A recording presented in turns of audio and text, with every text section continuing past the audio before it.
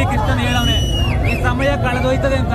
ಬಂದೇ ಬರ್ತಾರೆ ದೇವ್ರ ಹೊರಗಡೆ, ಈ ಸಮಯ ಕಳೆದೋಯ್ತದೆ, ಒಳ್ಳೆ ದಿನ ಬಂದೇ ಬರುತ್ತೆ. ನಾವೇನು ಅನ್ನೋ ಬ್ಯಾಕ್ ಗ್ರೌಂಡ್ ಏನೋ ತೋರಿಸ್ತೀವಿ. ಇವಾಗ ಇವತ್ತು ಯಾವನೇ ಅವನು ಹರ್ಕತ್ತವನೆ ಸಹಾಯ ತಗೊಂಡು ಬಾಸ್ ಬಗ್ಗೆ ಇವತ್ತೆಲ್ಲ ನೆಗೆಟಿವ್ ಮಾಡ್ತವ್ರೆ. ಮಾತಾಡ್ಲಿ, ನಮ್ಗೂ ಒಳ್ಳೇದು. ನಮ್ಮ ಬಾಸ್ ಬರೋರು ಅವ್ರ ಮೂವಿಗೆ ಹೆಲ್ಪ್ ಮಾಡೋರು ನೋಡಿ, ನಾವು ನೋಡೋದು ನಮ್ಮ ಮುಂದೆ ಹೋಗೋದು.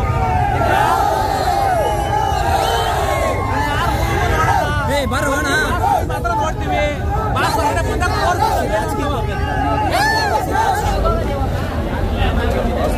ಆನೆ ಅಂತ ನಾವು ಅವ್ರ ಅಭಿಮಾನಿಯಾಗೆಲ್ಲ ಫುಲ್ಲು ಆನೆಗಳು ನಾವೆಲ್ಲ ಕಾಡಲಿದ್ದೀವಿ. ನಮ್ಮ ಜೊತೆಗೆ ನಮ್ಮ ಬಾಸ್ ಕಳ್ಸ್ಕೊಟ್ಬಿಡಿ ಪ್ಲೀಸ್, ಕೇಳ್ಕೊತೀವಿ, ನಿಮ್ಮನ್ನು ಡಿಸ್ಕೌಂಟ್ ಮಾಡ್ಕೊತೀವಿ. ಜೈ ಡಿ ಬಾಸ್. ಇದಾರಲ್ಲ ಅವ್ರಿಗೆ ಹೇಳಿ, ಕಿತ್ತೋಗಿರೋ ದರ್ಶನ್ ಮುಂದೆ ಬರಲ್ಲ ಅಂತ ಹೇಳಲ್ಲ.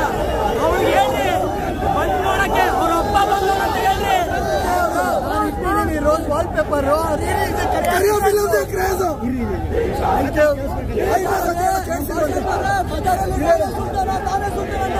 ಓಡಾಡ್ತಾ ಇದಾರ. ಆದ್ರೆ ಒರಿಜಿನಲ್ ಸುಲ್ತಾನ ಎಲ್ಲಾರು ಆಟ ನೋಡ್ಬೇಕು, ಆಟ ಆಡ್ತಾ ಇದಾರಲ್ಲಿ.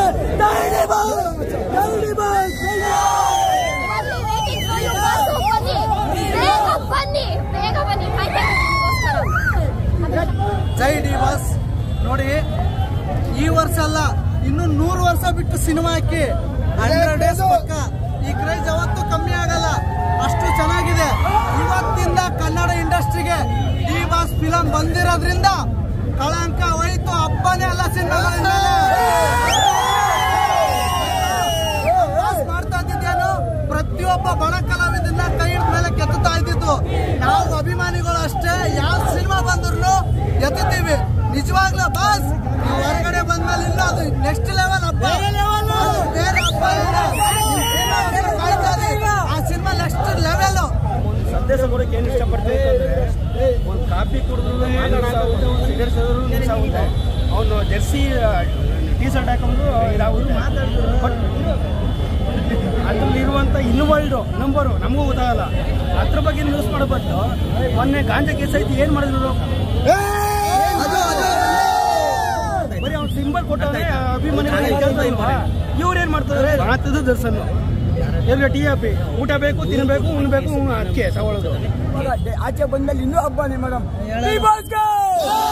ಇಗ್ಗಲ್ಲ ಕುಗ್ಗಲ್ಲ ಗಲ್ಲಿ ಗಾಸಿಫೆ ಕೇರ್ ಮಾಡಲಿ ಜಗ್ಗುದದ ಐರಾವತ ಏರಿ ಬಂದು ಹೆಜ್ಜೆಟ್ರೆ ಬಾಕ್ಸ್ ಆಫೀಸ್ ಸುನಾಮಿ.